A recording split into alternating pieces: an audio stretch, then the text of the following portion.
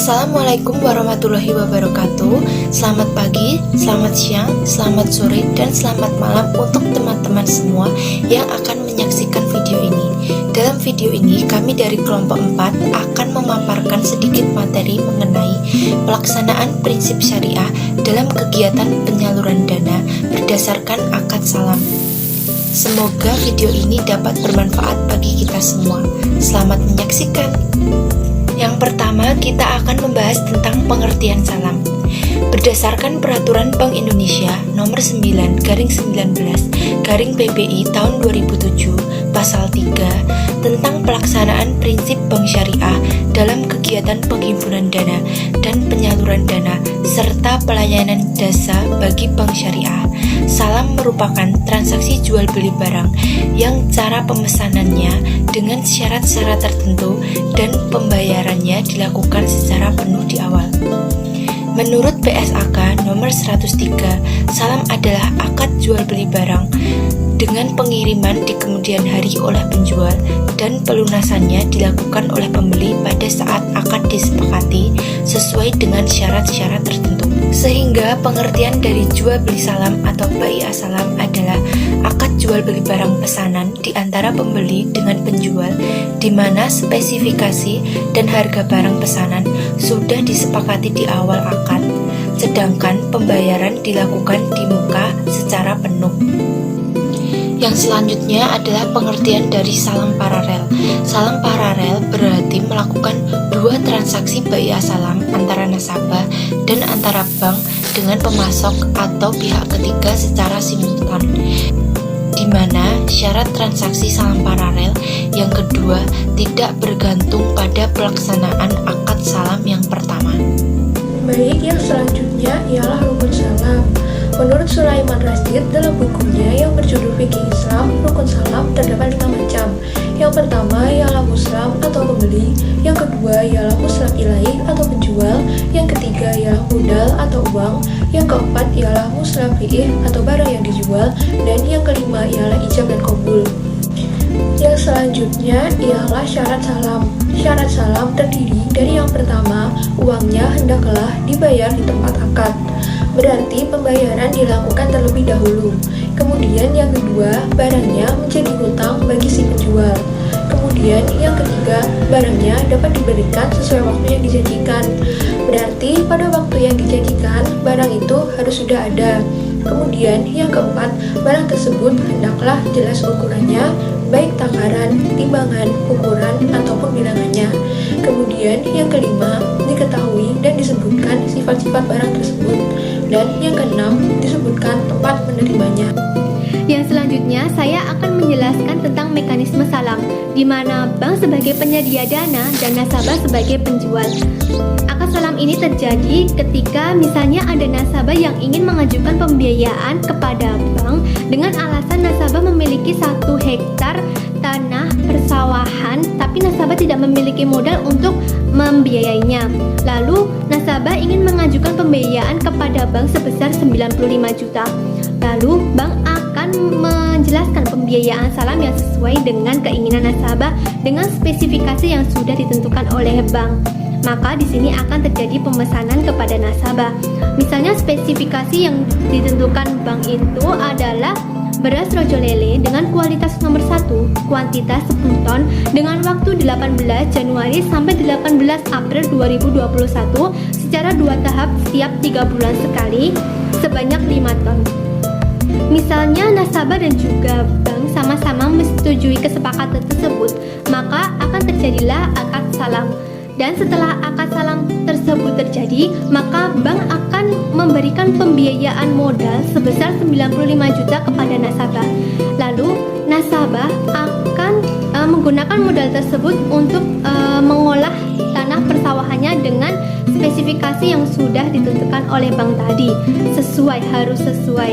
Setelah objek salamnya tersebut tersedia dari nasabah, maka nasabah akan menjualnya kepada bank sebagai pemesan.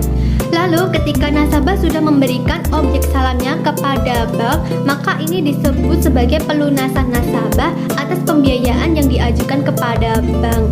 Setelah itu, hal ini terjadi proses jual beli antara bank dan juga nasabah, di mana bank sebagai pemesan dan nasabah sebagai penjual. Lalu, bank memberikan atau membayar terlebih dahulu uangnya kepada nasabah dan nasabah memberikan objek salamnya di akhir kepada bank. Itulah terjadi proses salam. Yang selanjutnya ada salam paralel, di mana bank sebagai penjual, maka bank akan menjual objek salamnya kepada pemesan sesuai dengan kriteria dan juga spesifikasi yang diinginkan pemesan. Misal spesifikasinya itu sama seperti akad salam yang sudah saya jelaskan, maka bank akan bekerja sama dengan nasabah tadi, dan nasabah itu akan mengirimkan barang pesanan kepada pemesan sesuai dengan spesifikasinya.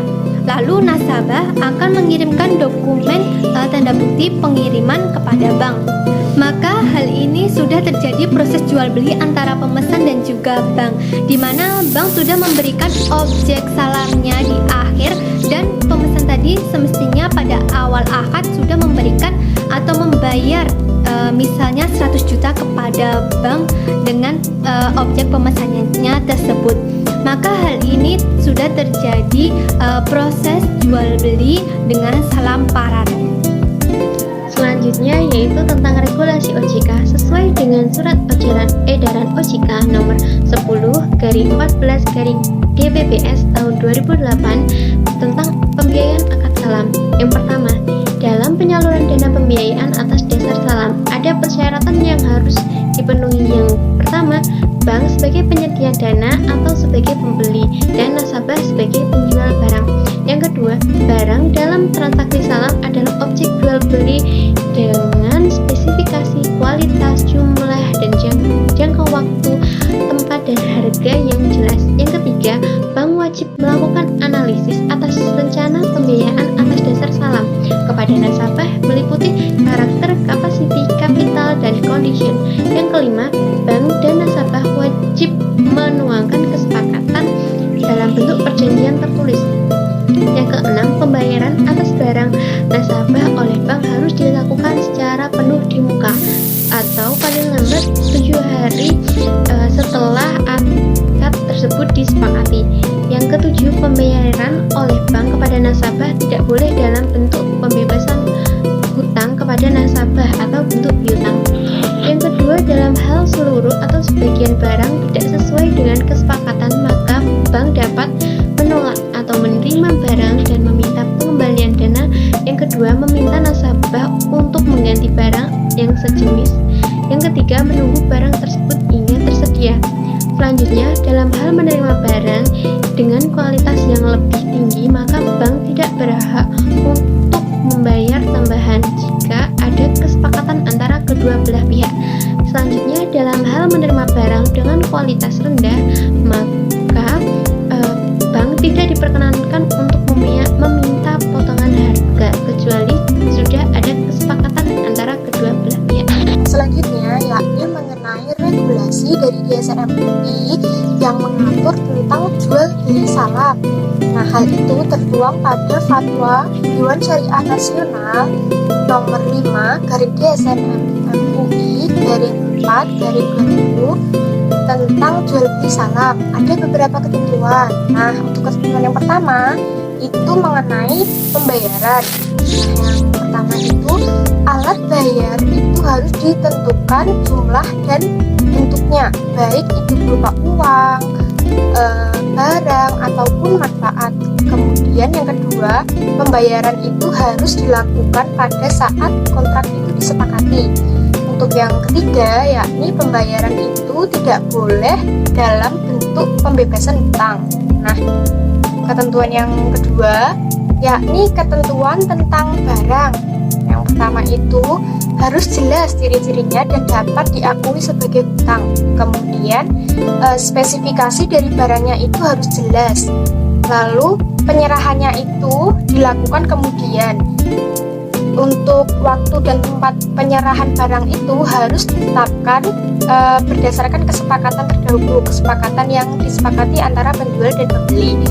Lalu pembeli itu tidak boleh menjual barangnya sebelum menerimanya gitu. Lalu tidak boleh menukar barang apabila tidak sesuai. Diperbolehkan itu apabila sesuai, barangnya itu maksudnya sejenis, lalu sesuai dengan kesepakatan. Kemudian untuk ketentuan yang ketiga itu tentang salam paralel. Salam paralel itu sendiri sebenarnya boleh dilakukan dengan syarat akad keduanya itu terpisah dari akad pertama, serta akad yang kedua itu tidak berkaitan dengan akad yang pertama. Ketentuan yang selanjutnya atau yang keempat yakni penyerahan barang sebelum atau pada waktunya. Ketentuan yang pertama itu penjual harus menyerahkan barang sesuai dengan jumlah atau kualitas yang ditentukan atau sesuai dengan yang disepakati di awal. Jadi harus sesuai. Kemudian yang kedua itu jika penjual menyerahkan barang tersebut dengan kualitas yang lebih tinggi, penjual itu tidak boleh meminta tambahan harga kepada pembeli. Lalu yang ketiga, ketika penjual itu menyerahkan barang dengan kualitas yang lebih rendah dan pembeli itu rela menerimanya, maka penjual itu tidak boleh menuntut pengurangan harga.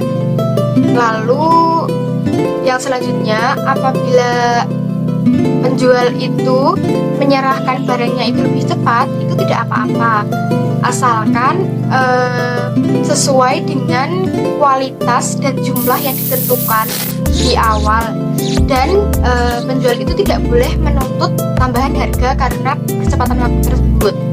Lalu ketika semua atau sebagian barang itu tidak tersedia pada waktu penyerahan yang sudah disepakati di awal, atau kualitasnya itu lebih rendah dan pembeli itu tidak menerimanya, itu ada dua pilihan yang bisa dilakukan, yakni pembeli itu boleh membatalkan kontrak lalu meminta uangnya itu dikembalikan.